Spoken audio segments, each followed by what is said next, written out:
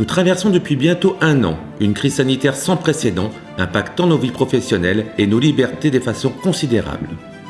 Il est vrai que 2020 aura été une année éprouvante pour toutes et tous, jalonnée de pics épidémiologiques, de confinement, couvre-feu, mais elle aura aussi été un formidable catalyseur d'énergie. En effet, malgré ce contexte, et je m'en réjouis, le fonctionnement de la collectivité s'est poursuivi en s'adaptant aux circonstances. Je tiens pour cela à vous remercier, l'ensemble des agents de l'intercommunalité qui ont su faire preuve de réactivité, d'imagination et d'adaptation pour pouvoir assurer leur mission. Vous avez prouvé un attachement fort aux valeurs du service public en assurant sa continuité, mais aussi son adaptation en toutes circonstances. Nos reapers ont été en première ligne, et les mesures exceptionnelles à destination des artisans, indépendants, libéraux et commerçants du Sud Avesnois ont mobilisé nos équipes en télétravail ou en présentiel durant nos confinements. 2020 a été également une année électorale d'importance pour nos collectivités locales avec le renouveau des conseils municipaux et de notre conseil communautaire installé depuis le 16 juillet. Je tenais d'ailleurs à vous les présenter au travers de cette vidéo.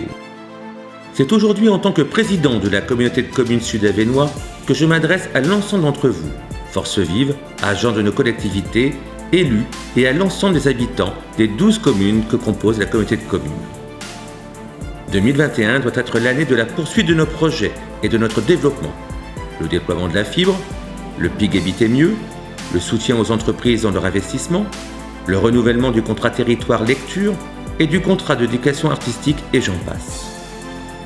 2021 sera une année stratégique. Un projet de territoire sera adopté et il structurera les politiques qui seront conduites au cours de ce mandat 2020-2026. Les élus communautaires auront à se projeter vers l'avenir en engageant les réflexions sur notre territoire sud-avesnois afin de lui garantir la place qu'il doit occuper au cœur des défis de demain. Il leur appartiendra aussi d'engager la réflexion sur le choix des compétences communautaires à développer ou à repenser pour l'ensemble du territoire avec la finalité d'être au plus près des attentes des habitants. Une intercommunalité, c'est un territoire. Il implique que nous puissions contribuer au renforcement d'un sentiment naturel d'appartenance à ce territoire. Cela passe obligatoirement par la mise en place de politiques identiques sur l'ensemble des thématiques à l'échelle du Sud-Avesnois dans lesquelles l'ensemble des habitants pourra s'y retrouver. Je pense par exemple à l'harmonisation de la collecte du verre ou des encombrants. La mission qui est la mienne, mais aussi bien sûr également celle de mes 45 collègues conseillères et conseillers communautaires, va consister à harmoniser nos modes de gestion, nos compétences, notre fiscalité. En somme, nos façons de faire, en ayant toujours à l'esprit le service à nos populations et la dynamique de notre secteur. Ce projet de territoire sera notre feuille de route pour ces 5 prochaines années pour faire ensemble ce que l'on ne peut pas faire seul et ainsi porter des projets structurants tels que la future piscine ou la cuisine centrale. C'est tous ensemble que nous relèverons le défi de donner de la cohérence à notre territoire et de la cohérence à son organisation.